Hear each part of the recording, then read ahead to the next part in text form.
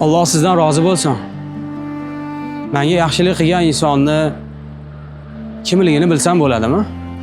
Yer yuziga yaxshilik urug'ini sochgan, ehsonni o'ziga dasturul amal qilgan ota-bobolarimizning davomchilarimiz.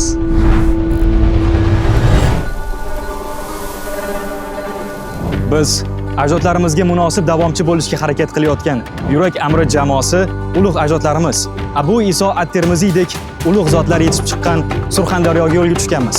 Mehr karvoni, saxovat karvoni bilan 23-iyuldan 27-iyulgacha Surxondaryoda bo'lamiz.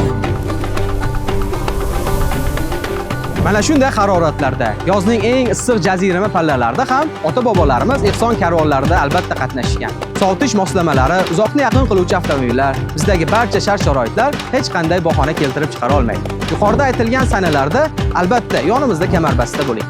Surxondaryoliklar, ehsonga muhabbati borlar, barchangizni kutib qolamiz.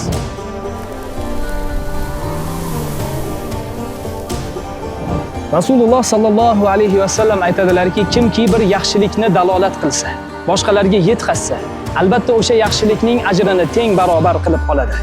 Siz ham bu videolarga bee'tibor bo'lmang. Albatta boshqalarga ulashib qo'ying. Yaxshilikka teng sherik bo'ling.